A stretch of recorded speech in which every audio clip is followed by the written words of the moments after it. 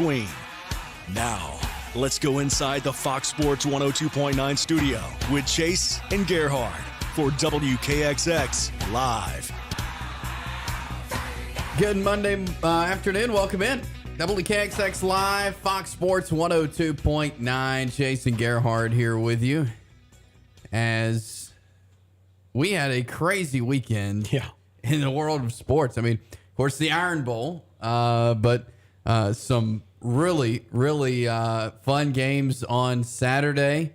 As you know, these teams you may not expect to win. You get into these rivalry games, and a lot of these games just forget the records, throw them out the window. We got good football, and of course, the coaching search at Auburn continues. We thought it was going to be over this weekend. It is not. So we will dive into that here in just a minute. But the Iron Bowl, Alabama wins 49-27. We both picked Alabama to win. I think everybody thought the Tide would come out on top. They did. I thought Auburn played good. They played much better than I anticipated they did on the road. They were energized.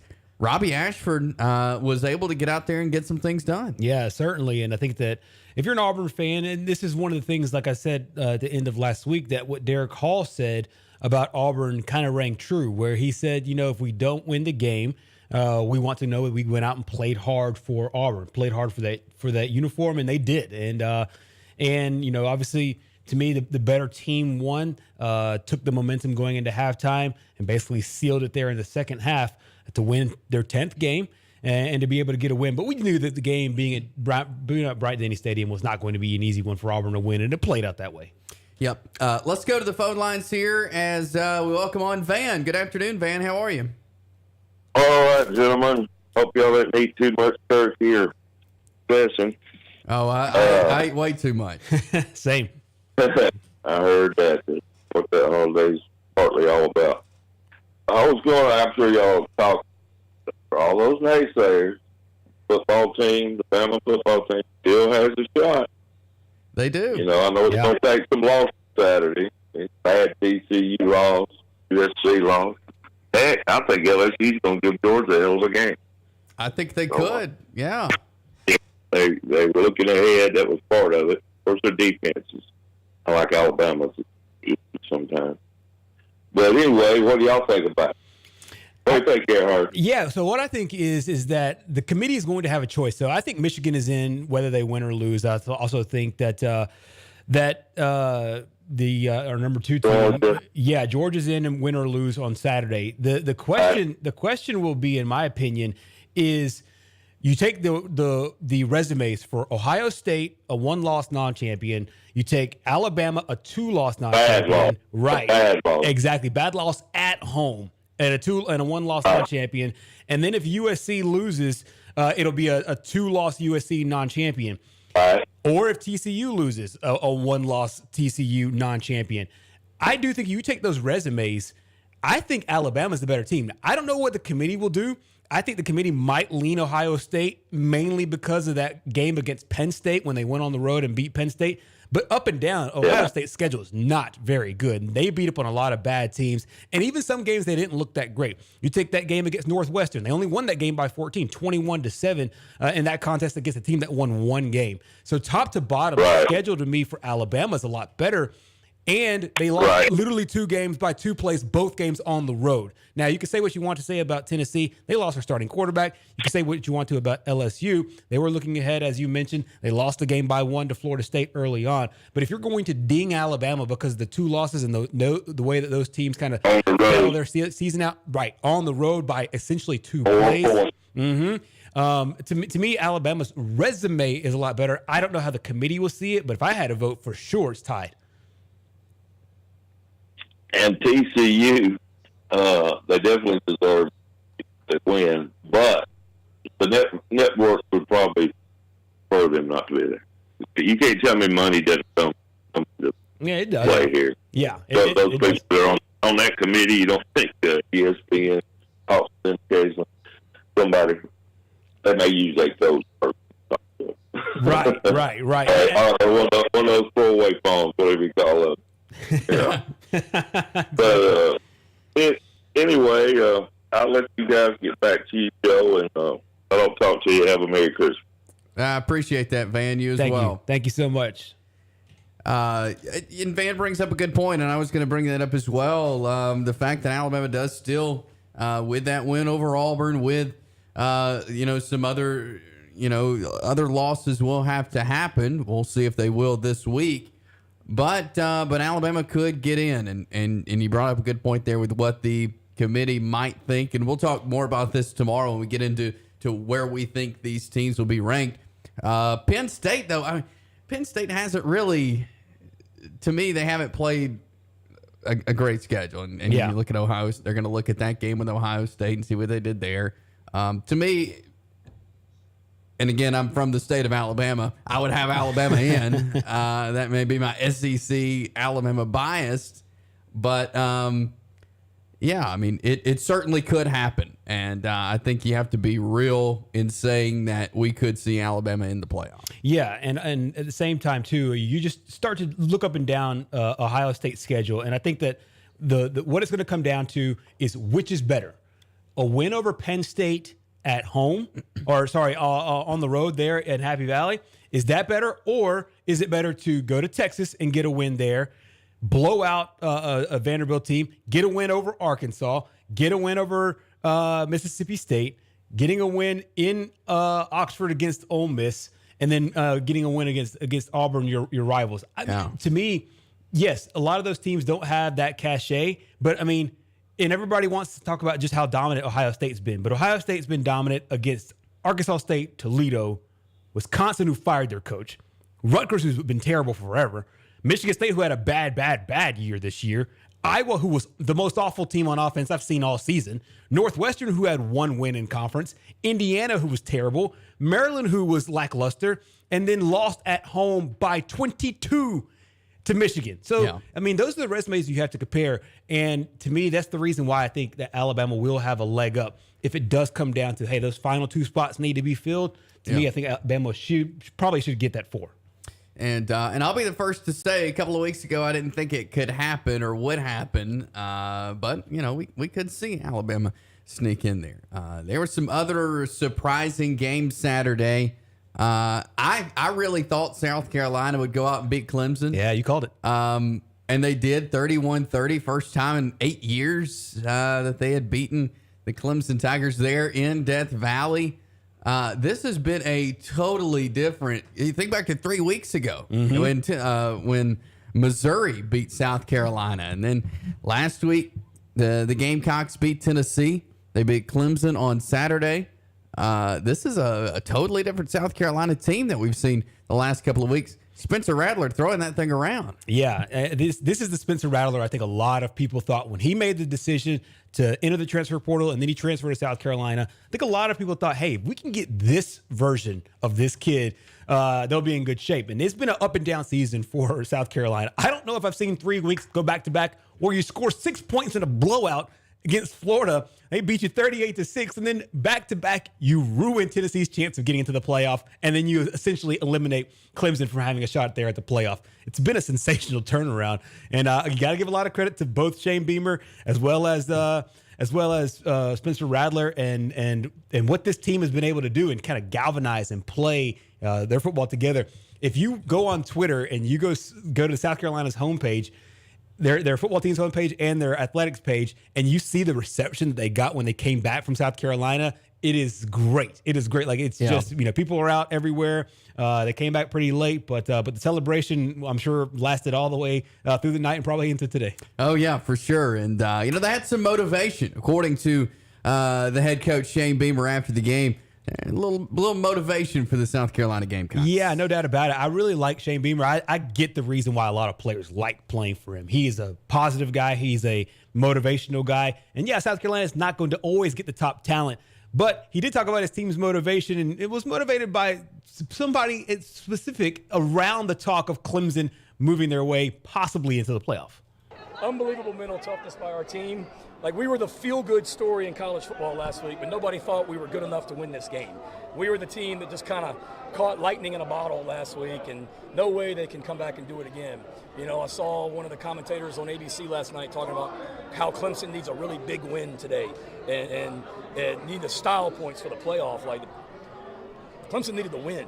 And the group we had coming in here was very confident. And I told them after we stunk it up in Gainesville 2 weeks ago, I told them in the locker room after the game, like, you have a chance these next 2 weeks to completely change everything with this program, the entire trajectory of this program and the outside narrative.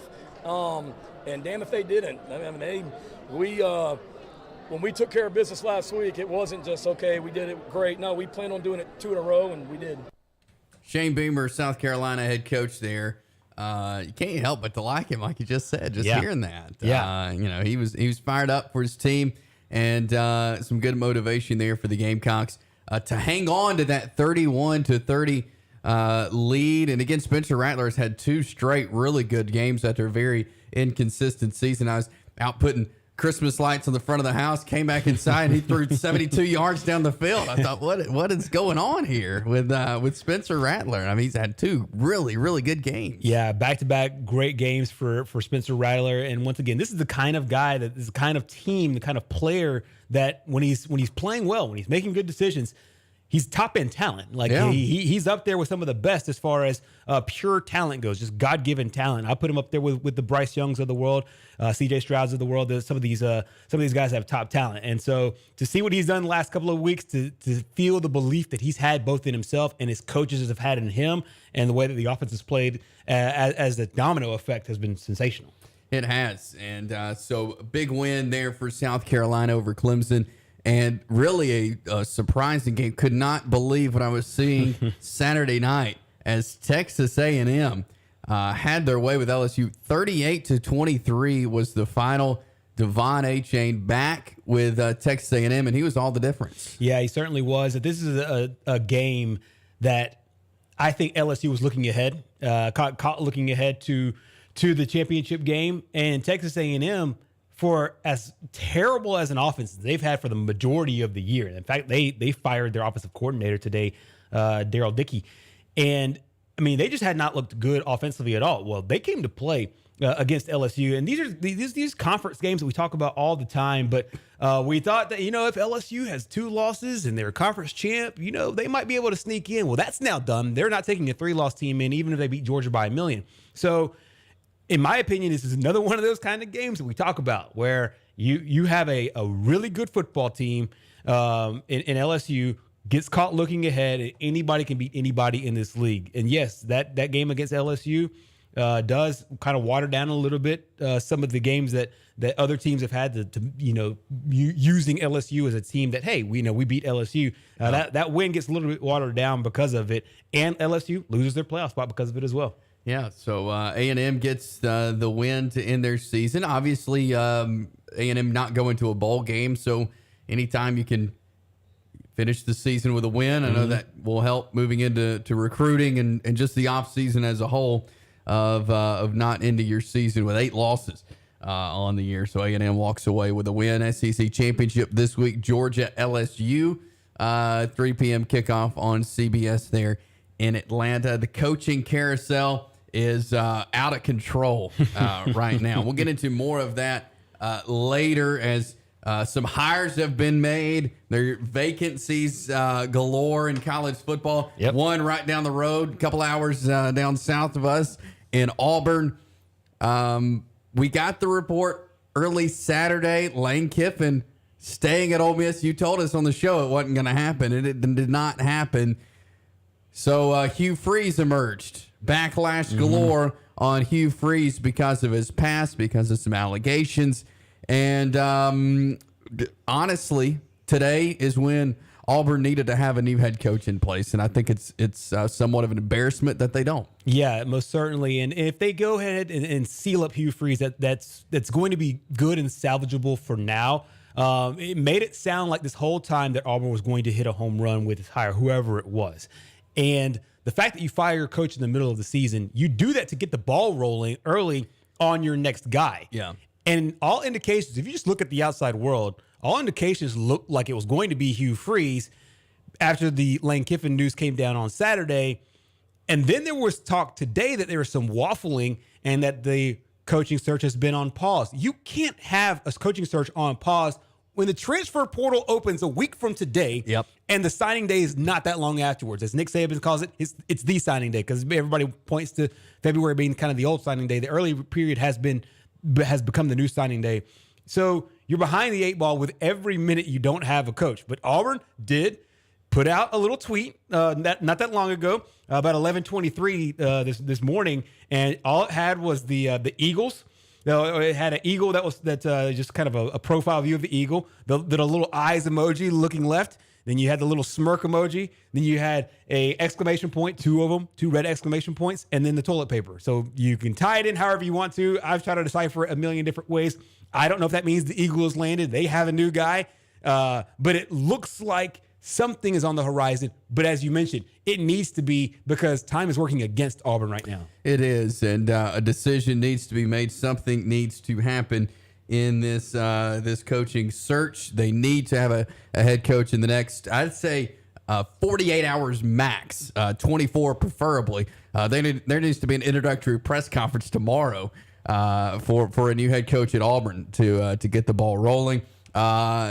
Would you say, if you had to make a guess right now, would you say Hugh Freeze will be the next coach? Yeah, unless I'm just completely thrown off and surprised by what happens. It looks like Hugh Freeze is the guy, and maybe this is just Cohen just making sure he dots his I's, crosses his T's before the I's and T's are dotted on the actual contract. But I think, in my opinion, you can't go wrong with Hugh Freeze. I think the fan base will, for the most part, like the hire. I think that it satisfies what Auburn needs right now. And they need a guy that's proven guy that's been there. But if you listen to some of the people that do this for a living, as far as break news, do these stories, have high-ranking sources, a lot of people are throwing names at like Brian Johnson. And if you're having to ask who Brian Johnson is, well, you're like me. Yeah. I didn't know either. He's the Philadelphia Eagles quarterback coach and never been a head coach in the SEC. And to me, I don't know if that's just smoke, and maybe he comes in as the offensive coordinator. Maybe I have no idea how it all works out. But this is an odd situation right here. So I'm right there with you. Time is of the essence, and Auburn needs to have somebody in place. I would say before the end of tonight and latest tomorrow.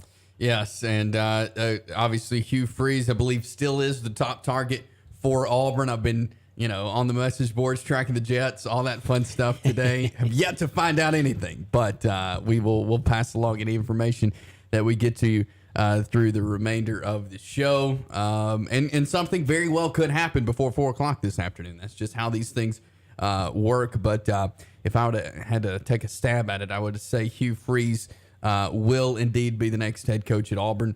But we'll see. We'll see what happens in this. We'll talk more coaching search. Specifically at Auburn at 3:30, Zach Blackerby will join us from Locked on Auburn. Charlie Potter, Bama Online, will join us at 3 o'clock. Big win for Crimson Tide basketball yesterday.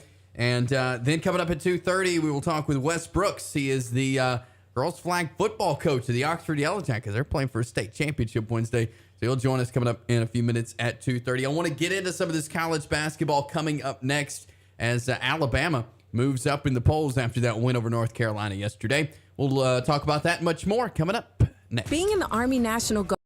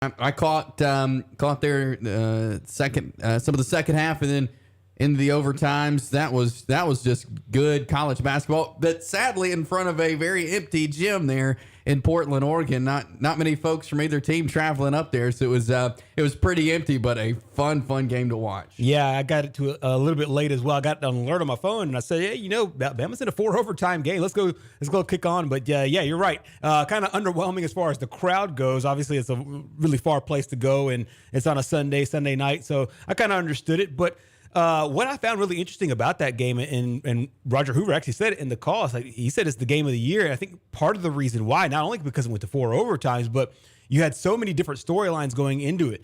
Javon Quinterly ended up coming back and playing on a surgically repaired knee. He came back and played, I believe, 44 minutes in the game, and he had just a fantastic game. And then they did all this with Brandon Miller not having his best game. Yeah. I mean, your most talented player. I don't know if he's your best player. I would go back on that. I would say he's your best player, but he didn't have a really good game. And Bama still found a way to knock off North Carolina, the team that went to the national championship game last year and ended up as the national runner-up and the number 1 team this year. So yeah, hats off to Alabama and being able to pull that one off. It was a total team effort for sure. It was, and Alabama's now moved up to number 11 today in the AP poll, tied with Arkansas there at 11. Coach Nate Oates spoke on that big win last night. Yeah, he certainly did. Highlighted a couple of individual performances, but then also just talked about the fact that his guys were able to hang in there. Not everybody played their best game, but they all chipped in and had a big game against the Tar Heels. I thought some guys made some timely plays. I thought Charles was huge for us. 16 rebounds, played 44 minutes for a guy that's not used to playing more than 20. For him to be able to stay in for 44 minutes and not foul out, it's probably a record for Charles. But, Quinterly to be not cleared to play a couple of weeks ago, then to come in and play 44 minutes, it wasn't one of his best shooting performances for sure, but, he still ends up with 21 and 6 rebounds and 8 assists. I mean, that's a pretty good stat line for a guy that was not cleared to play about 2 weeks ago. A lot of guys stepped up, made plays. Sears was huge. We needed somebody that scored for us with Brandon struggling. They did a great job on Brandon. Brandon definitely wasn't Brandon's night. So for us to get a win when Brandon struggled as much as he did, I thought we needed some other guys to step up, and Sears stepped up, made some big shots, and led us in scoring. So happy with the overall just team being able to stick through it for 60 minutes. Big win there for Alabama yesterday, 103-101, 4 overtimes there in the Phil Knight Invitational there to beat North Carolina. We got to jump to a break here because coming up next, Westbrook's Oxford High School flag football coach will join us as they get ready for the state championship. We'll talk about that next.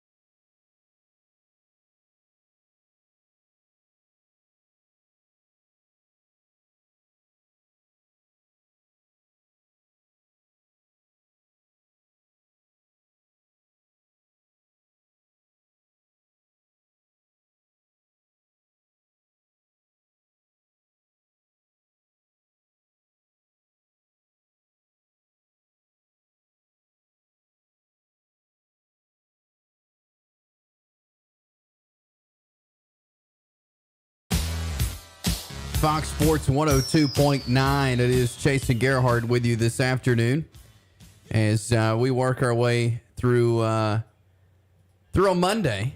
As hopefully in just a few minutes we'll be joined by the Oxford girls flag football coach Wes Brooks as the Yellow Jackets flag football team getting ready for state championship coming up Wednesday afternoon at 2 o'clock as they will be taking on Auburn High School.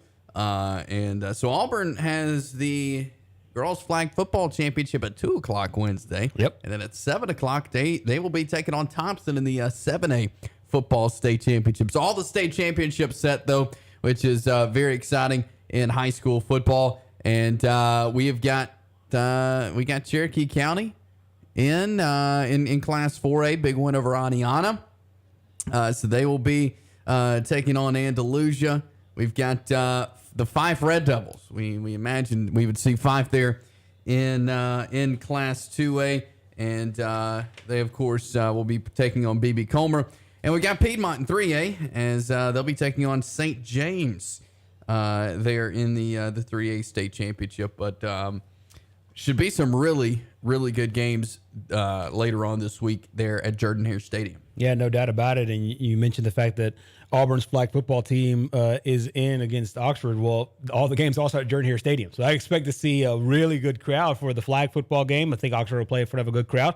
And then also they'll just stick around there for the 7A state championship game where Auburn's in as well. They take on three-time defending state champion Thompson there in that matchup. But yeah, shout out to the local teams, Cherokee County, Piedmont, Fife, being able to pull off wins. Also BB Comer there in the Talladega County area had a really, really good season. And shout out to our buddy John Holder, who got a lot of these matchups right in his preseason magazine. A guest on the show, one of the smart high school football minds. You can now call him a bit of a oracle. He correctly picked Fife BB Comer. Both teams playing in that 2A state championship game, as well as Piedmont and St. James had that championship game selected correctly, as well as Andalusia and Cherokee County, the 4A state championship game. He also had Thompson in the state championship game as well in Class 7A, Saraland also in Class 6A, and also had Pickens County in Class 1A. So the Oracle, go to him for your lottery numbers and everything else that you need, stock portfolios and whatnot. He certainly had a good prediction this summer. Which is crazy to think because so much happens in high school football. I mean, it's hard to predict games each week. So to be able to predict these games,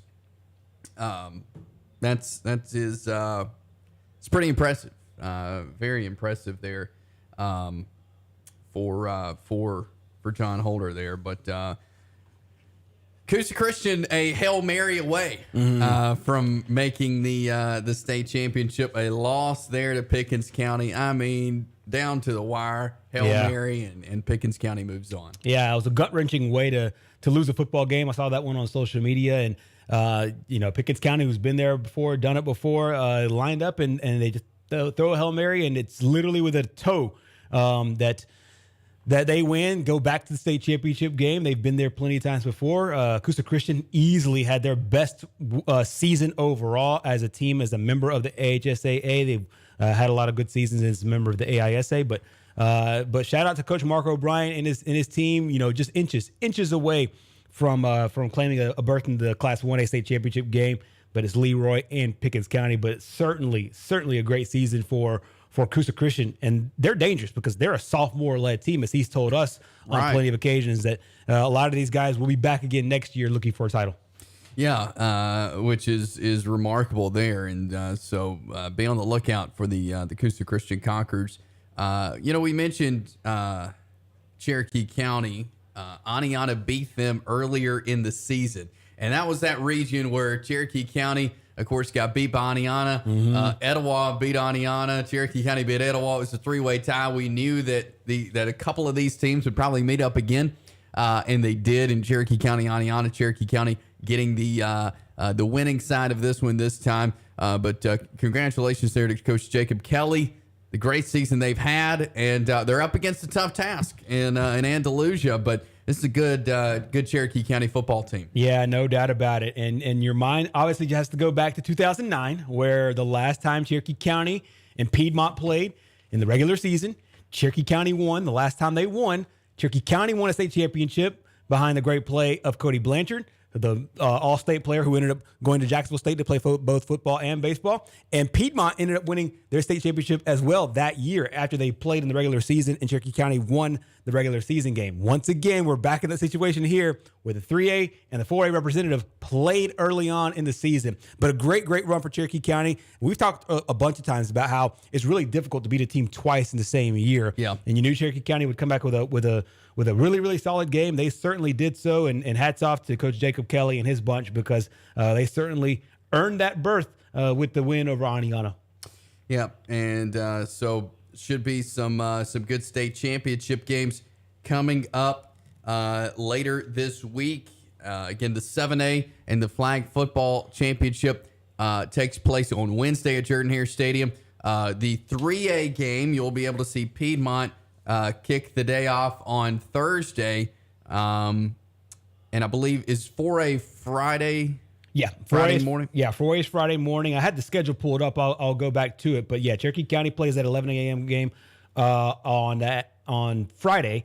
That goes along there with the two other ones in the state championship. Piedmont also plays that 11 a.m. game. It's always really difficult. I've always said that, the teams that have to play at 11 a.m., that to me is the most adjusting, because, you're every now and again you could play like an afternoon game. Sometimes some teams will play on a Saturday afternoon if things get, kind of out of whack. But for the most part, you play night games. And so they have to make that adjustment playing at 11 a.m.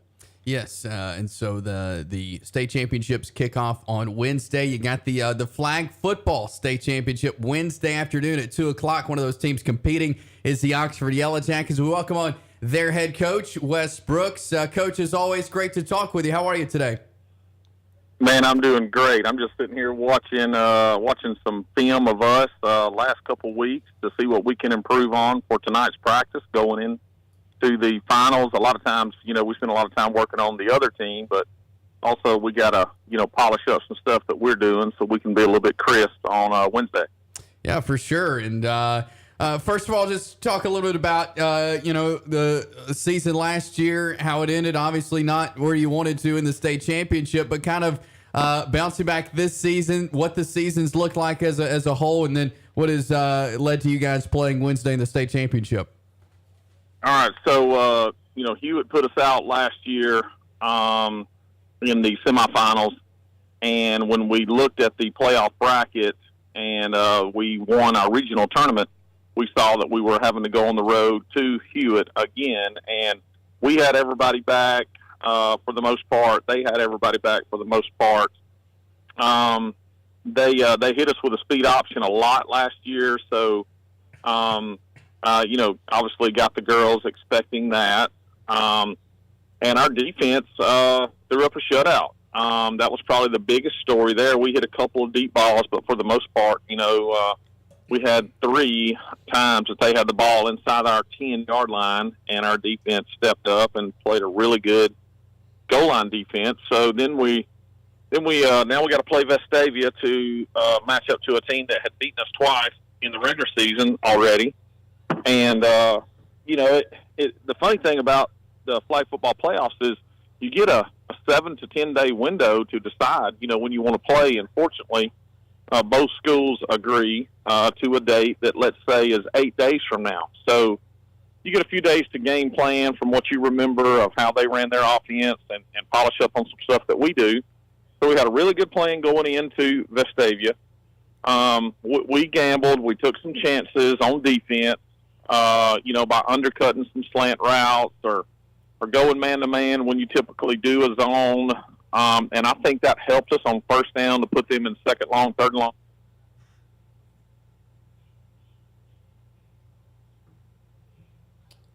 Some deep balls on first down, on which we normally run. So we came away with a victory there. And then we match up with Auburn High School, and they haven't played anyone, in North Alabama. And we had played Smith Station in South Alabama, and Smith Station's in Auburn's area. Of course, they were in the finals last year. And so that's really the only common opponent that we have. And to me, Auburn is a spitting image of us. They got three really dynamic receivers. They got a quarterback, left-handed quarterback that can also run and throw. And I saw on social media this past week she got an offer for flag football to college to go play softball and flag football at a college up in Kentucky. So obviously that was some poster, some locker room, stuff you post in the locker room for the girls to kind of see of who we're matching up against. And just really looking forward to our girls having a fun time, making memories, and competing. Obviously, the state AHSAA is really making this a big deal for the girls, and they're treating us just like a team that's in the Super 7 on the football end, and they're just making a real special deal for us. We got a dinner tonight with our administration and our families, and then we're going to practice a little bit later. And then and tomorrow we've actually got two girls that's going to play in a basketball game. We're hosting Hoover tomorrow night in a varsity boys and varsity girls basketball game. So we've got a couple girls going to play in that, and we're going to practice after that game and then get on the road Wednesday morning. No doubt. Coach Gerhard here. I know Chase and I have watched flag football. We kind of know the ins and outs, and I called last year's state championship game, and it was really, really fun to watch. Taylor Burt, a native here of the East Alabama area, went to San Roque. She coaches the Hewitt-Trussville team. For those that don't know those, maybe some of the more intricate details about the differences between your traditional football and flag football, what are some of those differences, and then what are some of the things that your team is doing really well as you head into the state championship game? So, to me, what's different than your traditional 7-on-7 is the center can actually go out for a pass. So, that makes it a little bit more difficult when you talk about coverages. Defensive packages is you always have to account for the center. And also, the defense can rush.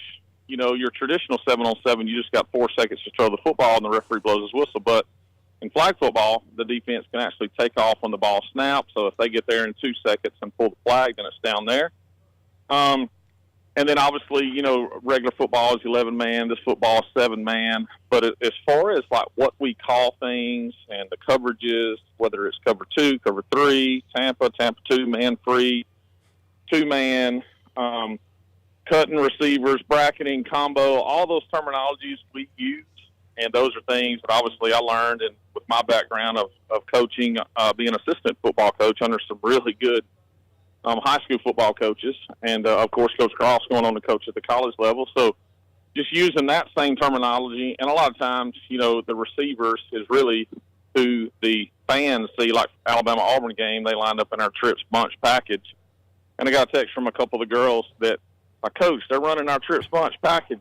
Because that's kind of who you see, the 3 receivers bunched together, and then 1 goes deep and 2 goes underneath, and quarterback just kind of reads the safety. And so they're starting to learn and really pay attention to more on Saturday and Sunday TV when they watch football games. And if I see something very similar to what we're doing, I'll rewind it and screenshot it, and I'll send it to the girls, and we'll have a conversation about it. So obviously I think the sport's going to grow. Especially the way Auburn's treating us this year, and, the Jumbotron, the high videos, televised, live stream. You guys, interviewing us a couple times so far, and just really getting the word out there. I'm assuming this summer there will be a lot of schools reaching out, to kind of see how you work around other sports to get your practices in, and how we do it and how we manage it and communication and stuff. So, just an exciting time to be a girl that's always had that dream of playing football, which in our country, is one of the leading sports out there, and obviously the hotbed in Alabama, and Alabama and Auburn doing what they've done over the last 10 or 15 years is really exciting for a female athlete to be able to come out and actually play football. We're talking with the Oxford flag football head coach Wes Brooks, and Coach, talk a little about your team. Some of the ladies you've had who've stepped up and helped get you to where you are. Okay, so Gabby Lindsay has obviously got a rifle of an arm. She's more of a Tom Brady style quarterback that can, sit back and pick you apart.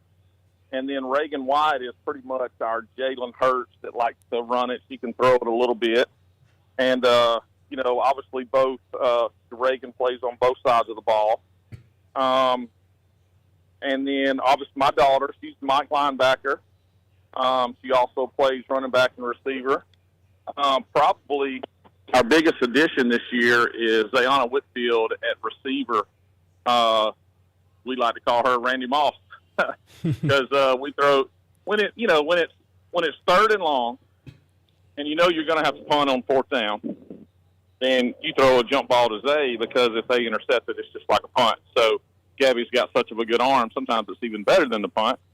But sometimes our punter can punt it 30 yards, but Gabby can throw it about 45 or 50 yards. So those times when we're starting long, we tend to throw a jump ball to Zay. And more than, obviously she led our girls to the state championship game in girls basketball last year. And big-time basketball player. Her sister, Chelsea Whitfield, she's had a couple injuries, shoulder injury in volleyball and a finger injury in flag football, but she's a really, really good athlete, going to do great things at the college level on track and field. But she's really fast. She can cover a lot of ground. Ashlyn Burns is probably our most dynamic player, utility player. She can play receiver, running back. She can play linebacker, safety, corner, rusher. Whenever I draw up a play or whenever we talk about coverages, the first person I mark on the sheet of paper or on the chalk.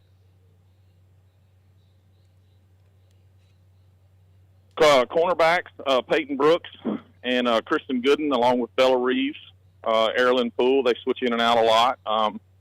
We got a lot of competition. We got two different style rushers. We got some big tall girls that can just put their hands up. We got some fast girls. Shania Calloway is probably one of our best rushers. She played basketball last year and still playing this year as well, which is a good addition. And then on the offensive side of the ball, we've got a young quarterback, 8th grader, Charlie Trotter. And, of course, my youngest daughter, 7th grader, Skylar Brooks, she mixes in with a rush package too. So, which is one of the main reasons why I enjoy coaching it, because I got $2 playing. So that's always a good thing, right? No doubt about it. And that lineup is also fantastic, and it's good to see those cross sports getting after it. One thing I talked about with Chase last week about the high school organizations and the way the AHSAA has treated the state championships. They put them in all these big venues. Now going to Jordan-Hare Stadium, there was, I think, 8 Auburn games there this year. There's 7 Super 7 games this year. And then your girls are going to play there as well as far as sanctioned football contests. How special is that? And how do you think they'll be able to handle, playing in a much bigger venue against a team that's right down the road? Well, old school Coach Brooks would say, hey, the field's 80 yards, long, 40 yards wide for flag football. It's the same distance. So we're going to go in there. Even though it's a big stadium, we're going to play every down.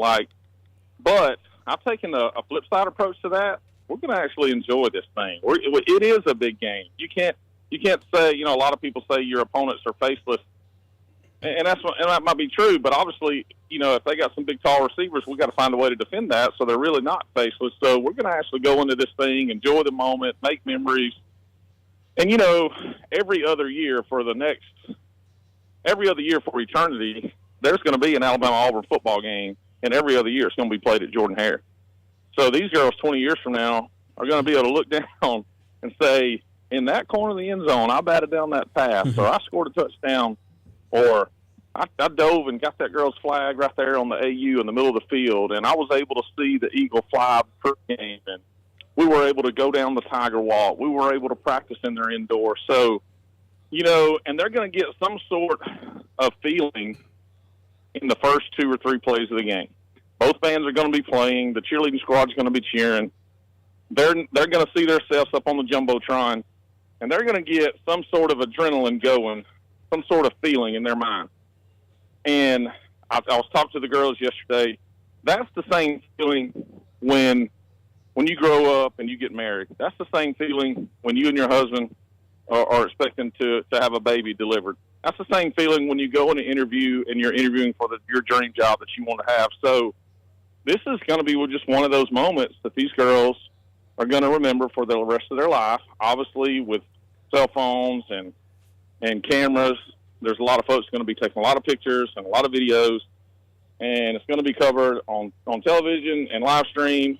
And so for that to happen to these girls as 14, 15, 16 years old, and to be able to carry those same memories, 20, 40 years down the road is, that you can't describe it, because it's just preparing them for those big moments that happen in their life down the road when they have another big moment. It won't happen every Friday night, or it won't happen every Saturday in college, but they'll miss it next year. If some of our seniors graduate, they'll miss it when they come back to watch, but they won't get that same feeling until they have that big moment when they're interviewing for the dream job of their choice, or, are on a big stage in an interview, or performing against, and who knows, some of our girls are good enough to play college basketball. They could play at Auburn one day. So, just what a great experience for them to be able to do that, and to be able to watch the Iron Bowl every other year, and to look down and say, hey.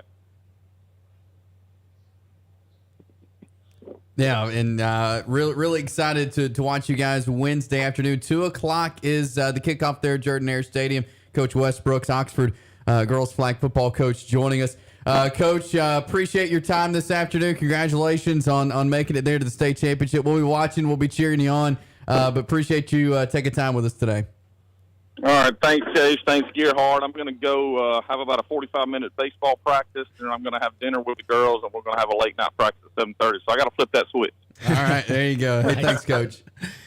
It was great stuff. Yes. Wes Brooks, Oxford girls flag football coach, joining us here this afternoon before Wednesday's state championship game for the ladies. And that's cool that they're treating this just like any game. Alabama Public Television. They got the Tiger Walk. They're going to be flying the Eagle pregame. I mean, they're treating it just like all the other games. Yeah, most definitely. And I was there as part of it last year, being able to just see the growth of the game. And flag football is one of the fastest growing sports in the entire country for the girls' side. And a lot of them really wanted to be able to settle in and have a state championship game of their own. And to see that and to see them have one is fantastic. And to watch Oxford be able to put this thing together. They lost to the eventual state champions last year. They came back, and they're now in good shape again this year to be able to win a state championship of their own. So it looks to me that that they're on the right track right now. Of course, we wish them the entire best as they head out. Yes, so that is coming up on Wednesday. That game kicks off at 2, so we will be providing live updates on our show Wednesday afternoon of the state championship. Some news just coming through. Chris Lowe, ESPN, reports that Hugh Freeze has agreed to become the next head football coach of the Auburn Tigers. So Hugh Freeze will be back in the SEC, coming from Liberty to Auburn. So it is when Chris Lowe of ESPN reports it's a done deal. So Hugh Freeze will be the next head coach at Auburn. Yeah, it's crazy because you saw it from Chris Lowe, and I saw it from Ross Dellinger, and then those are the two guys that once they get it, that it's good to go. And a lot of times you can't count on your local guys. We saw an embarrassing report come out of Oxford, Mississippi, or I'm not sure what city he was in, out of Mississippi, that said Lane to Auburn is a done deal, and this is the reason why a lot of the local guys don't get the story, and some of the national guys do. Talking probably specifically to either Hugh or his agent, and so we knew that time was of the essence. We said it in our first segment. Time was of the essence, and it looks like Auburn was making sure that everything was set in stone for Hugh Freeze. And so for Auburn fans that might have been panicking when you thought that the search was on pause, you could probably exhale just a little bit more as Hugh Freeze officially makes his return to the SEC. Yes, so we'll talk more about that. Of course, Zach Blackerby is set to join us at 3:30. Hopefully, we can still get him on. I'm sure he'll be busy covering this, but we will talk more about that coming up in hour 2. Coming up next, we'll talk Alabama basketball. Charlie Potter will join us from BamaOnline.com coming up next. All right.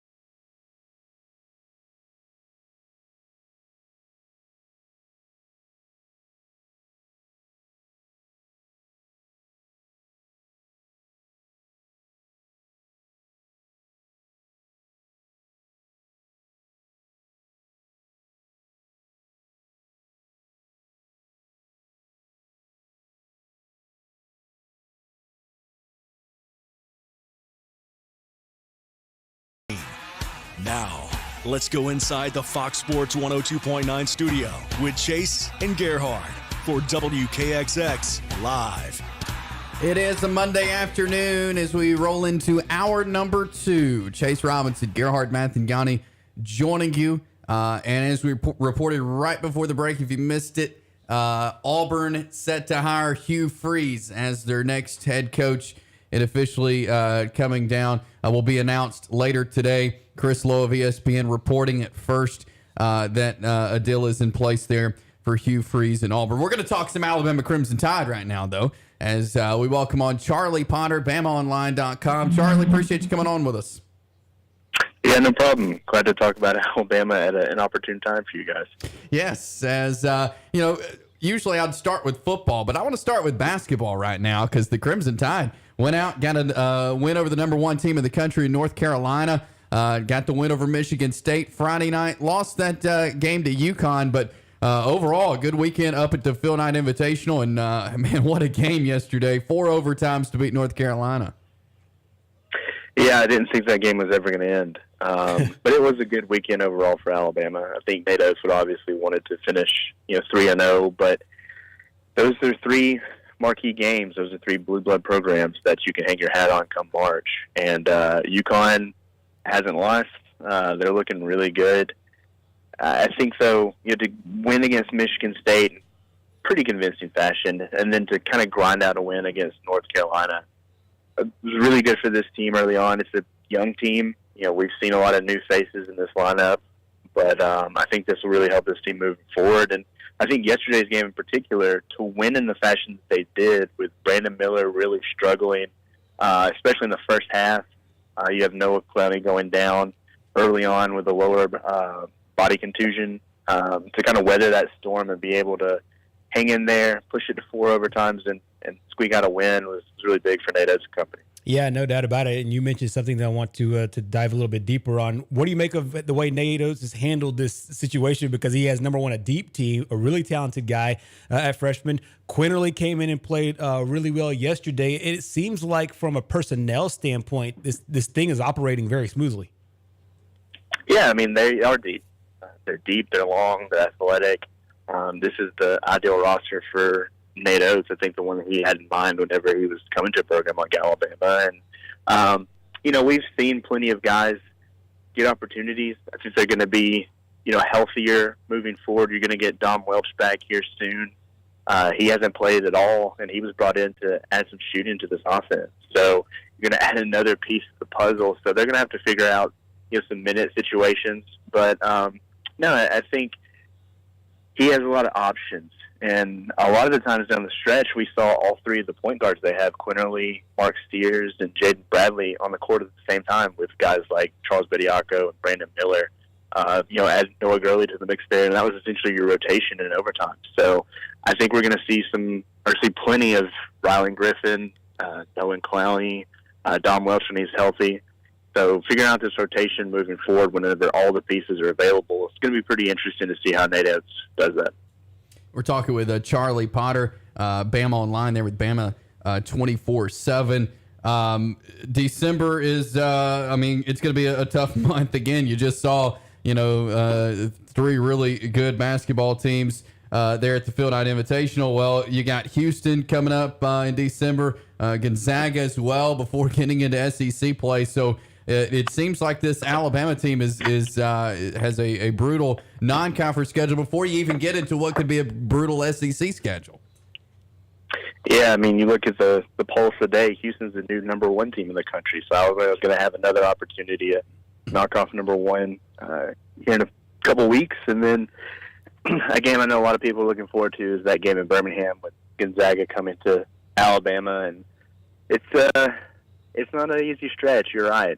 Nate Oates does that by design. He wants his team to be tested. He wants them to be kind of exposed a little bit so they can be prepared for SEC play, because that's always a tough stretch. But if they can keep this up and win the games they're supposed to win and be competitive and get some W's in these games against top 25 teams, this is going to be a team that's well suited for SEC play, and they're going to be putting themselves in a really good position come March. No doubt. To the gridiron here, obviously Alabama got the win on Saturday in the Iron Bowl, beat Auburn, scored 40-plus points in the process. I have to start with a question that I think we all have to start with when we talk about Alabama is their possible projections to be able to sneak into that top four. How do you see this all playing out based on your history? And then where would you slate this Crimson Tide football team? Yeah, I mean, I think it's going to be tough to get in. I think we'll learn a lot tomorrow when the college football playoff top 25 rankings come out. If they have them behind Ohio State, which I think that'll be the case, I'm not paid for that to try to come up with where you're ranking teams or anything. But I think if Alabama's behind Ohio State, it's going to be virtually impossible. Even if you have TCU and USC both lose. But if Alabama's at number 5, there's potential. You still need chaos. They need help. They're by no means in control of their own destiny, but they're in a position to kind of sneak their way in. And I think a lot of it is the respect the committee has for Alabama. You have the 2 losses by combined 4 points. They're both on the road against top 10 teams at the time, and that's something that hasn't really hurt Alabama. They haven't fallen out of the top 10 at any point this season. So there's a lot of respect there. But I think if it's just chalk, obviously Alabama doesn't make it, and I think they have a really good chance to make the Sugar Bowl, and that'll probably be against the Kansas State team. But there is a chance. It might be slim. Nick Saban might be campaigning for that whenever he's making appearances on ESPN or what have you this week. But it's going to be tough. I've basically, when writing about these playoff rankings, said that they've all but been eliminated.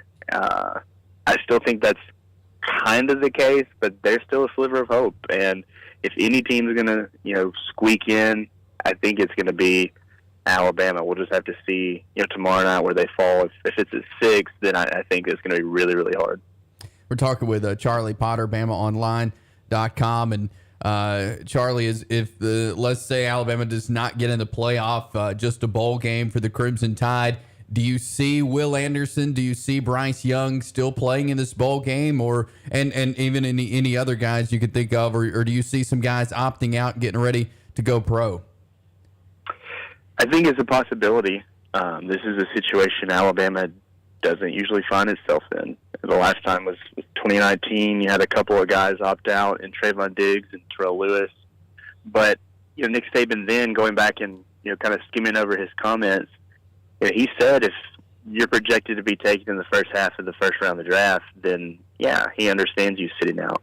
If not, though, then he advocates for you to play and continue to gain value to improve your stock and all that good stuff. But I think for, Bryce and Will, they obviously fall in the former category of being guys that are projected to be taken in the top 10. I wouldn't blame either of them for that, to opt out. I know they're fierce competitors, they're leaders on this team, so it also wouldn't surprise me to see them play. But I think when it comes to their discussions with Nick Saban, it's going to be a business decision. That's what it's going to come down to, and so that'll be interesting. I think it's possible. We'll see. As far as other guys that could be in that, I think guys that are potentially first-round picks, you're looking at maybe Jahmyr Gibbs, Brian Branch. Those are guys that are underclassmen that aren't running out of eligibility or going through senior day. But I think for the most part, I think most guys will. I mean, this is a place where they've been touting just the culture and guys buying in and finishing the right way, and a lot of these seniors want to do that. So I don't know if the numbers will be huge, but I know the biggest names are going to be Bryce and Will. And again, if they choose to opt out, their last games in Alabama uniform were 2 really good performances by both of them, and I wouldn't blame them at all either way. For sure. What do you make of the team, the way they managed the end of the season? I think after 2 losses, a lot of the questions, the national questions were, where does this team find motivation? And, maybe they're out and whatnot. And Coach Saban praised the team's basically staying together and finishing in the last couple of weeks very strong. As you saw this team mature after that second loss and come together, what did you make of just the way that they handled the season, the end of the season especially? Yeah, I mean, this team's been a little different from a mindset standpoint. Nick Saban kind of preaches process and kind of avoiding external factors, and I don't think this team has done a great job of that. And because of that, after the LSU loss and everybody writing them off, just the things that were said about this team, whether it was from media members, heck, even former players, I think that kind of motivated them a little bit. And they said as much after this past game, just the naysayers, how it kind of brought this team together and fueled them toward the end. Now, it wasn't just a perfect close this season. They had a battle with Ole Miss. They kind of had a dud against Austin Peay, at least from an offensive standpoint, and then defensively they gave up a ton of rushing yards to Auburn, but they were able to find ways to win. To win their third straight Iron Bowl, to have 10 wins in a single season for the 15th year in a row, that's nothing to really turn your nose at that. And I think that, again, they want to finish the right way. So when it comes to the bowl game, I think a lot of guys are still kind of preaching kind of the us against the world mentality, and we'll see how the rest of the way goes. But they were able to close things out whenever people were wondering how many losses this team got to pile up after the LSU loss.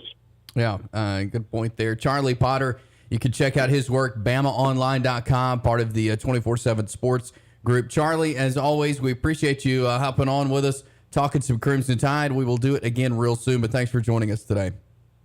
Yeah, no problem. Thanks for having me. Thank you.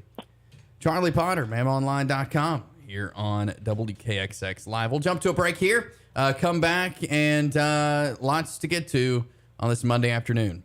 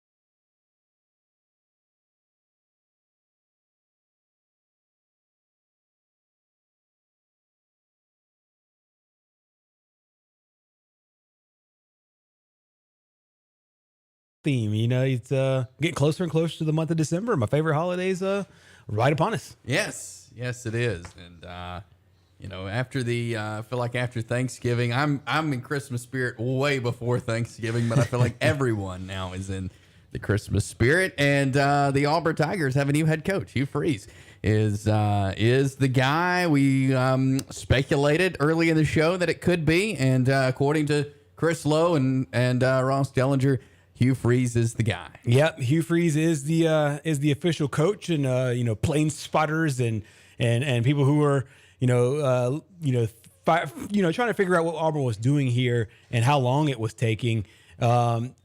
I think we got the answers today that we thought that we would get, but this whole situation has been really murky. So if you had some pause and some hesitation, it was understandable. But it does look like Hugh Freeze is the guy. So now the talking points can start with, is this a great move for Auburn? Rank of the move. And I'm sure we'll have a lot of these discussions about just how positive this will be for Auburn as they move forward. Does Hugh Freeze still have that magic that he did when he was a part of the Ole Miss football team? Does he have enough juice to take Auburn over the hump and get them into a championship situations year in and year out? I think the resume says he's got a great shot at that, and what he's done at Liberty has been nothing short of sensational. So I think that Auburn fans right now, for the most part, are glad that they have a coach, and I think the arguments will begin if they actually like this coach. Right, and there is going to be, as we've seen really the last 48 hours, there's going to be some backlash on this. Yeah. Just you go back to the baggage that comes with Hugh Freeze of what happened at his time at Ole Miss, and even some allegations there at Liberty. So certainly baggage coming with him. There's going to be Auburn fans who don't like this hire. And I feel like it's that case at any school whenever a hire is made. Obviously, there's going to be folks that don't like the hire. But I feel like there may be some more backlash over just we don't want this guy coming to Auburn. Yeah, and obviously when you just go look at some of the controversies in his career, and the fact that the NCAA came back and said, we're going to take 27 wins off of your official record, was kind of decision point number one.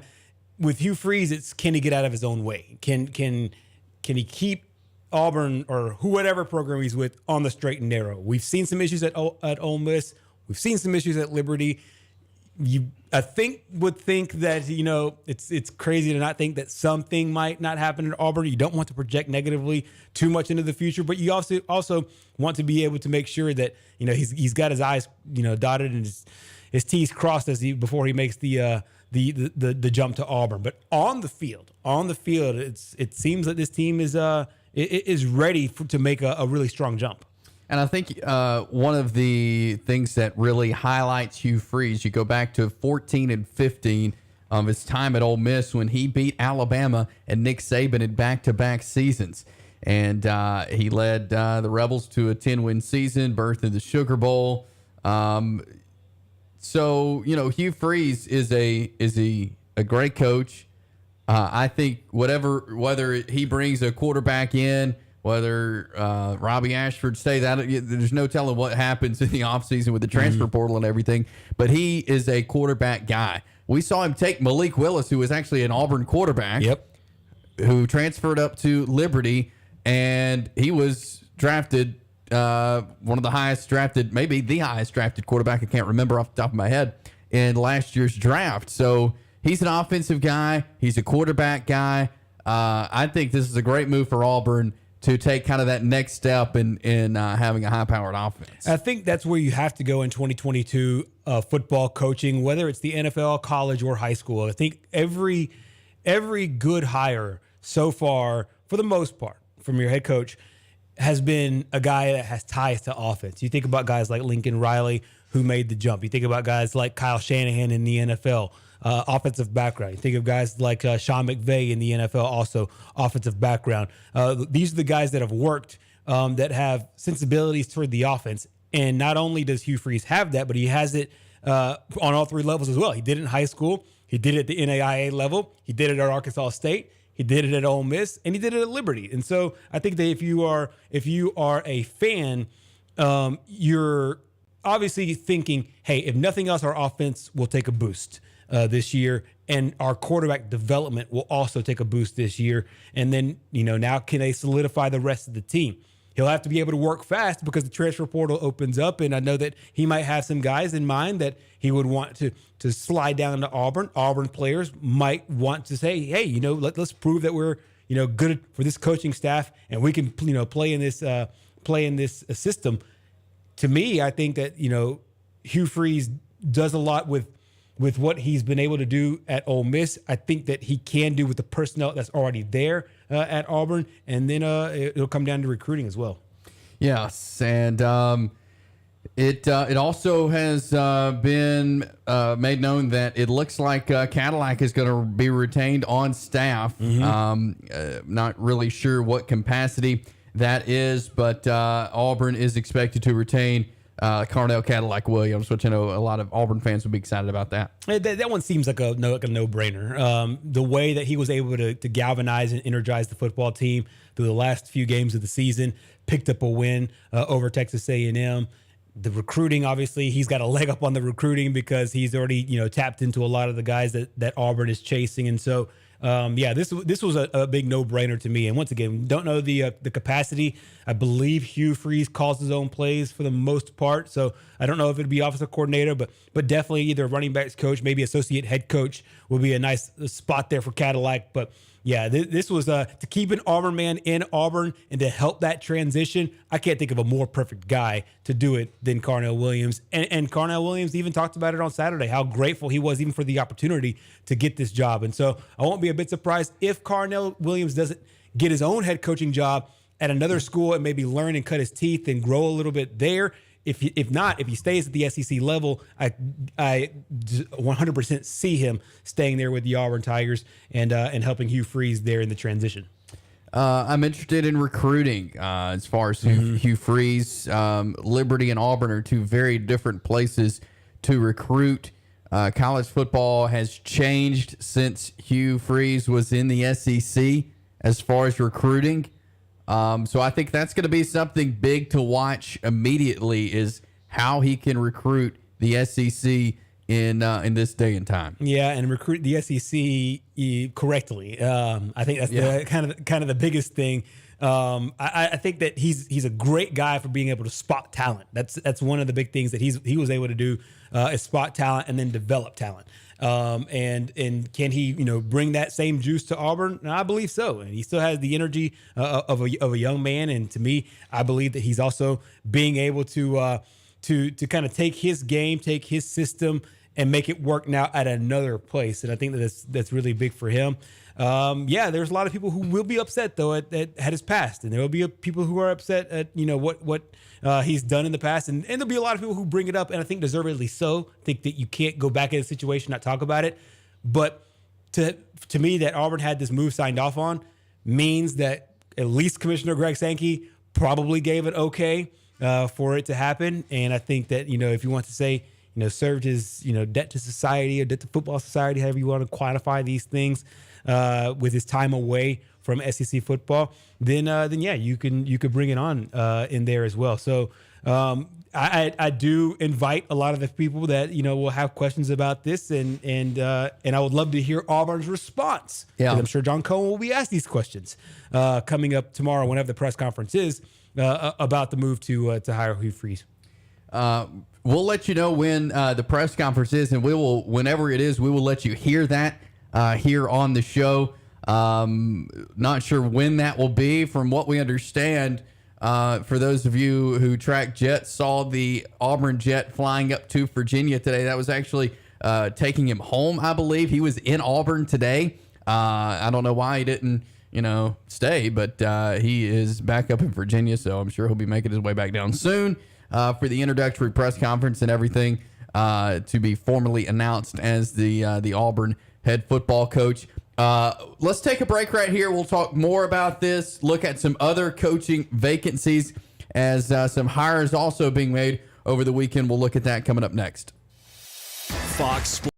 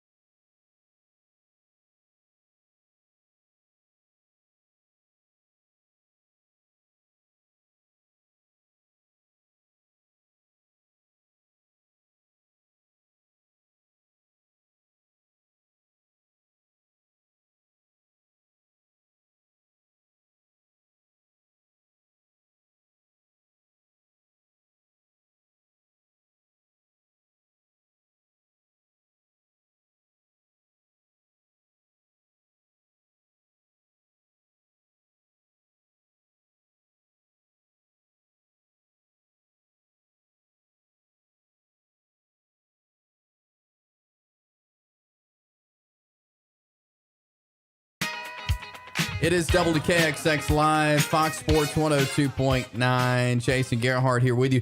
256-413-1029 is the phone number if you'd like to call in, react to the news. Auburn naming Hugh Freeze the next head coach of the Tigers, as being reported this afternoon about 30 minutes ago.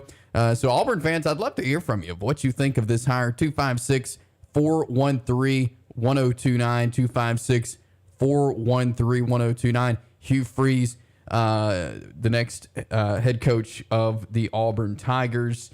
And we knew John Cohen had a long list, as he said in his introductory press conference, of what he looks for in the next head football coach.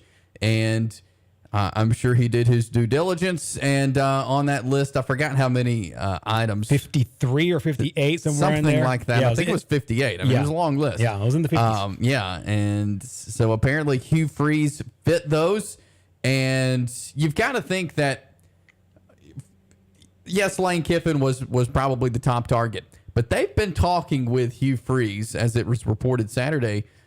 They've been in the talks with him for a week or so. And so it was not like, Lane said, no, what's plan B? Hugh, let's go. They've been talking with him. And over the last week, and we kind of felt Friday that the Lane thing had cooled off, and it had. And but they had been in talks with old Hugh Freeze for a little bit. Yeah, most certainly. And I think that if you're an Auburn fan, I think a lot of people went into it thinking Lane Kiffin. And for a large amount of reasons, that search just seemed to have this topsy-turvy way of going. We got the reports out of Mississippi that it was a done deal. And then we got reports of Jimmy Sexton, his agent, was at the Egg Bowl and wanting to look over that contract a little bit longer. And Auburn stayed silent. They stayed mum on the whole thing. And then we got out to, maybe if it's not this Ole Miss head coach, maybe it's a former Ole Miss head coach. And then, word out Saturday that Lane Kiffin was going to sign the extension and stay in at Oxford. I do believe, though, that this has been going on for a while, and I don't know. I think John Cohen will say all the right things whenever the press conference is. I don't think that he'll say, "Hey, this was our second option." I don't think that those words will leave his mouth, but it does feel like from the outside reporting that Lane was one and Hugh Freeze was probably number two, and it would stand to reason considering the baggage that he had. You used the word that John Cohen used a lot: fit. He wanted the Auburn hire to be a good fit, and he talked about it. Obviously, game day, being able to score, and as well as recruiting. And it seems like they were able to do all three of those things. And it seemed like Hugh Freeze, in his world, at least fit it. And I think at the beginning it was like, make sure that this lands in the court of public opinion, so to speak, in a good place. And so, we'll obviously see. From an official standpoint, and when they officially make him, Auburn's head coach. But seemingly, they seem to have found the guy that they like, and he's a proven winner. He is, and Auburn fans should be excited for Hugh Freeze as he makes his way to lead the Auburn Tigers. Some hires made over the weekend and today. Nebraska, as we told you on Friday, they were getting close to the deal. They did make the deal. Matt Rule, the new head coach of the Nebraska Cornhuskers. This is a fun one here. Wisconsin has made the hire of Luke Fickell, a guy who has been leading that Cincinnati program. Of course, spent time at Ohio State as an assistant. Is getting his chance to move up to that big name program there at Wisconsin. And then Arizona State today pulling away Kenny Dillingham from Oregon, offensive coordinator. Yeah, I think the Matt Rule hire, to me, if I'm grading it, it's an A+. I think that he knows that area really well. I think it's a perfect fit. I'm going to use that word a lot, I guess, because it kind of ties into the themes that every coaching search tries to land on. And then Luke Fickell, you mentioned him signing with Wisconsin. I think that's another A+ home run. And those two schools specifically were another reason that Auburn needed to do this really quickly, because Auburn fired their coach in the middle of the year and Nebraska fired their coach in the middle of the year as well. And for them to both land, solid guys. Thought it was great. Thought it was really interesting that Matt Rule wasn't necessarily talked about more for Auburn. We talked about Luke Fickell as well. There was kind of questions as to the reason why he wasn't listed on the short list of candidates. And then Kenny Dillingham, a former Auburn assistant coach. He was assistant under Coach Gus Malzahn, taking that head coaching job over at Arizona State. We knew that they would go with the offensive route. It seems to me that he is kind of proven himself. He seemed to be proved himself at Auburn, be able to work with quarterbacks. Did the same thing at Oregon, and Bo Nix had a fantastic year this year. And then and now he's going to Arizona State. I think he's the youngest now coach of a Power 5 at least. So shout out to him. But I think all three of those hires are knocked out of the park. We'll see on Dillingham because he hasn't done it before as a head coach. Right. But I think all three, as far as the fit go, work really well. Yeah, I certainly agree with you there. And so that leaves some programs open now as Cincinnati, obviously, as Luke Fickell has moved on to Wisconsin. So the Cincinnati job is open. How hot is that one right now? I mean, they've made a playoff appearance last year. Is that going to be a hot commodity? I think so, because there's a lot of great talent there in the state of Ohio. They've always recruited really well. And to me, just like last year, when the pieces come together and you have a pro quarterback, you have a really, really good defense, you're able to get yourself into a playoff situation. They did so when there was 4 teams in the playoffs. Now we're going to step up into a league where there's 12 teams in the playoffs, in the expanded playoffs. So that job, to me, is really attractive, and I won't be a bit surprised if they don't land a big name to fill that job there with the Bearcats. Yes, and also Tulsa now open. Their head coach, Philip Montgomery, fired this morning after 8 seasons there at Tulsa. Longtime Stanford head coach David Shaw has stepped down after, I believe, 12 seasons of leading the Cardinals. South Florida has an opening. Jeff Scott fired there. Colorado is open, but as Deion Sanders, always very open. You don't get this a lot, but he says he has been offered the Colorado job. Yeah, most certainly. And I think that there's obviously growing, I think, interest in prime time. And I think a school like Colorado, they need a splash. I mean, they've just been very, very bad for a long period of time. Staying in the Pac-12, I think it would be good for Deion to be able to recruit there. So if he does want to take a Power 5 job, that one seems to be open for him. It looked like his old alma mater would be open. It looks like they're keeping Mike Norvell. At least he still has his job today. So maybe they'll probably keep him at Florida State. You don't get that kind of honesty though from head coaches at one place looking for a spot at another. You mentioned Tulsa. That was the one that was a little surprising to me. Philip Montgomery had done a pretty solid job. We saw Tulsa earlier this year play against a really good Jacksonville State team and really took it to JSU this year. And so maybe Tulsa has somebody in mind that they want. The Stanford deal with David Shaw, that one seemed inevitable. You can't fire him, I don't think, because he has such a good run there. So the stepping down, maybe the mutual, just mutually saying, hey, let's just part ways here is probably the right way to go. South Florida, I think, will attract a lot of attention as well because you're in a recruiting hotbed there at South Florida. And the Georgia Tech job open. Of course, Jeff Collins fired mid-season. Brent Key has been the interim. It doesn't seem like they're going to keep him. But I believe Tulane's Willie Fritz, I think, has been his name has come up for that one. Yeah, that's another interesting one there for Georgia Tech to see who they go with. Of course, they hired a former Alabama associate AD to become their new athletics director. So you see the tie there to maybe a guy like Bill O'Brien.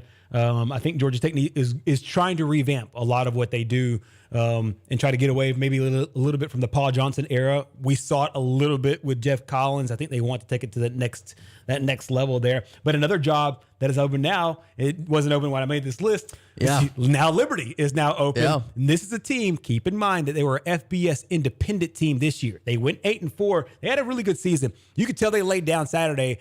Players might have known that their head coach was out the door because they laid an egg against New Mexico State. Lost that game 49 to 14. A team, New Mexico State, that had won 4 games going into that battle. So maybe that team had mentally checked out. But Liberty is another one of those teams now in the FBS because they're going where? To Conference USA, where Jacksonville State is. Liberty spends a lot of money So I won't be a bit surprised to see another big name coach go to Liberty, as now the FCS, or now they've made the official move to the FBS, and now they're going to be playing in a conference next year. Yeah, and with the Hugh Freeze just signed a contract there at Liberty, and so Auburn is having to buy him out, which means Liberty's going to get a paycheck, and they're going to get to spend it on a new head coach.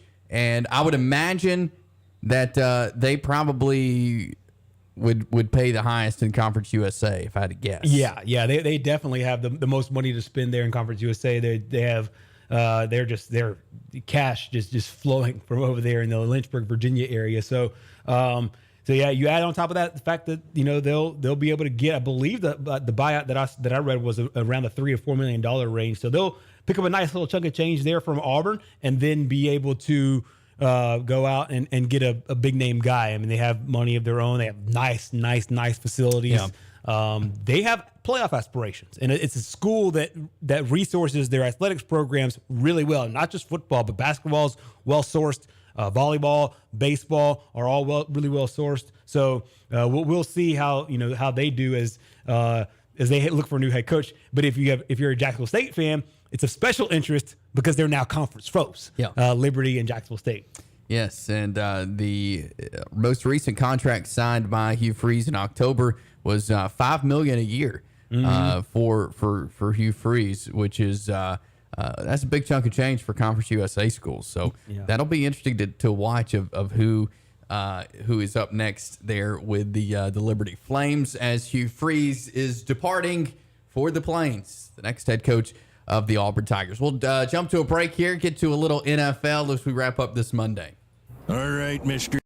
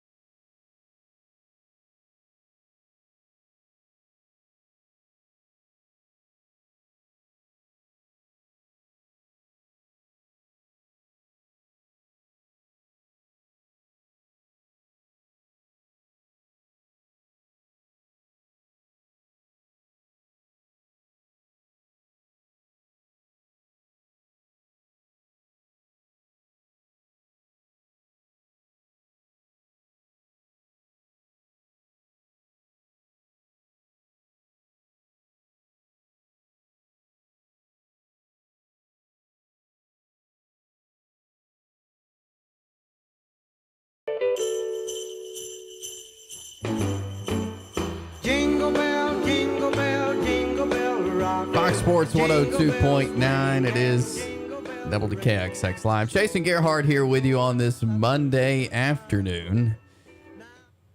As we've been talking most of this second hour on the news dropping out of Auburn. We've been waiting on this. I love a good coaching search, as we've been keeping tabs on things down in Auburn, and the coaching search has come to a close today. So I'm going to have to find something else to take my time throughout the day. And this has been it's been an ongoing saga for a while, but it does look like Auburn has their third head coach in 4 years. I believe John Cohen thinks that stability is obviously number one right now. To roll the dice on Hugh Freeze, given his past, wait to see how it plays out. Obviously, if you're an Auburn fan, there's polar opposites as far as the reaction to this. Just a brief, view of what's going on social media and different message boards and whatnot. You either love the move or you're kind of not necessarily hating it, but you're definitely have some concerns. And the fact that Auburn has been a relatively unstable place for the last 4 years, this one could put some worry and some fear into you. Yeah, and it very well could. One guy who is excited about Hugh Freeze coming is Robbie Ashford. Justin Hokanson reported he has heard that Robbie Ashford is very excited. Robbie Ashford tweeted already, "Welcome to the Plains," and tagged Hugh Freeze. So Robbie Ashford sees what Freeze did to Malik Willis and says, "Hey, coach, come help me get there now." And I think that he can. I think that the skill set that Robbie Ashford has, he obviously needs to work on throwing the football. And to me, there's not a better guy that can help develop that part of the game than a guy like Hugh Freeze, who's done that multiple times with multiple quarterbacks. I think that quarterback development will be especially big for Auburn in the early going, and then quarterback recruiting will be big for Auburn in the future. Hugh Freeze checks both of those boxes. Now, it's everything off the field I think people have some issues with, but to me, I believe that Robbie Ashford kind of sees the light there at the end of the tunnel. Like, hey, if I'm going to a guy at Hoover, he had Josh Niblett. I think Niblett did a pretty good job with them. On the college level, he went to Oregon, didn't get on the field, went to Auburn. We saw some holes in his game, but we also saw, hey, he can become something. And I think that he thinks that Hugh Freeze is the guy that could take him to that next level and get into the NFL. Speaking of the NFL, let's jump into that. As, of course, we had some games on Thursday, 3 games on Thursday, but a good slate of NFL yesterday. Monday Night Football tonight as the Steelers go take on Jeff Saturday and the Colts tonight. What stood out to you about the NFL action yesterday? Well, there was a lot. Both yesterday and Thursday, with Thursday obviously being just a great day of football. We talked about that a little bit on Friday. But then yesterday, there was a lot of, just weird things and incredible things. The Patriots, not the Patriots, but the Buccaneers go to Cleveland. I think a lot of people thought that Tampa had turned a corner after winning that game in Germany over the Seattle Seahawks, and then falling to the Cleveland Browns in overtime and only scoring 17 points. It feels like you're back at square one there with the Cincinnati Bengals, with the Buccaneers. But also, speaking of the Bengals, for the Bengals to go to Nashville and knock off the Tennessee Titans in that game and did really well, especially in the second quarter and the fourth quarter. Thought that was really interesting. The Dolphins and the Texans, that game was a lot closer than I think a lot of people thought that it would be, but the Dolphins ended up coming out there with the win. And how about the New York Jets? They replaced their quarterback, who Zach Wilson had, I believe I read on Twitter that he had 5 touchdowns in 7 games. And Mike White came in there and had 3 touchdowns in about 39 minutes. And so I think they've landed on a quarterback that they like. And of course, the Bears don't have too great of an offense. So I thought that was really interesting. How bad can things get for the Denver Broncos after losing to the Carolina Panthers once again? And then the Oakland Raiders, I know we'll talk about this more in depth coming up in a little bit. Oakland Raiders looked really good in a win over the Seattle Seahawks. Yes, and so a good day yesterday. What should we look for in Steelers Colts tonight? Oh, I think that this is the first game where Jeff Saturday and his bunch are the favorite going into the game. I think they're 1-1 now with Saturday as their head coach. This one will be really interesting because this is a game that I think Kenny Pickett can win with Pittsburgh. I think the crowd will be fired up over there in Indianapolis. It's not two good teams. It's two kind of middle of the road teams, but they can get to that next hump. But I do believe that the Colts can get it done. They're the 2.5-point favorite today over the Steelers. And before we get out of here, we try to get a lot packed in the show, but we got some fast shout outs we want to get to. Yeah, most certainly. Shout out to the Alabama women's soccer team. They're headed to the College Cup. They spent a lot of the year at number 2 in the nation. I think this surprised a lot of people because we normally don't have great college soccer in the state of Alabama, but Alabama's one of the best ones. They'll be playing in the Final Four for the first time ever. They knocked off Duke in the quarterfinals of the tournament. Alabama's record now 23-2-1. So in a World Cup year, get excited about the women's version of the World Cup. They'll play in the College Cup coming up on Friday in Cary, Indiana. They'll take on UCLA, who is a fellow number 1 overall seed. And the other two teams in the bracket, Florida State and North Carolina. Also, big shout out to Las Vegas Raiders running back Josh Jacobs, former Alabama star, finished with a franchise single game record for all-purpose yards, over 300 yards. That's good for a whole offense. He did that by himself. 229 of those were on the ground. He became just the 4th player in the Super Bowl era to have at least 300 all-purpose yards in an NFL game. Also, a local shout out. Shout out to UAB running back Dwayne McBride. We talked with Steve Irvine and a lot of people who follow UAB football and said that this player was going to be really, really good. And he certainly did so. A record-setting season, UAB single game and single season rushing record. Both those records previously held by Jordan Howard. He had 272 yards on the ground on 16 carries. He scored a touchdown in the game. UAB ended up winning the game. They're now bowl eligible at 6-6, looking probably at the Bahamas Bowl. But shout out to Dwayne McBride. He's also the nation's rushing leader as far as yardage goes. And how about Troy and South Alabama? Shout out to both of them. Both of them finished with 10 wins on the year. Troy will be one of the few games being played around the country. Troy's actually hosting that game, the Sun Belt Championship game. They'll take on Coastal Carolina, who finished 9-2. Troy's a 10-point favorite there in the championship game. So shout out to both teams. And that game in and of itself, Troy versus South Alabama, the Battle of the Belt, turned out to be the one that was the conference championship game as far as who won that division. And shout out to Troy to be able to get that win and seal up their spot there in the Sun Belt Championship. John Summerall and company doing a great job. And for the first time ever, South Alabama has now also won 10 games as well. Yeah, it's exciting for some, for some football teams here in the state of Alabama.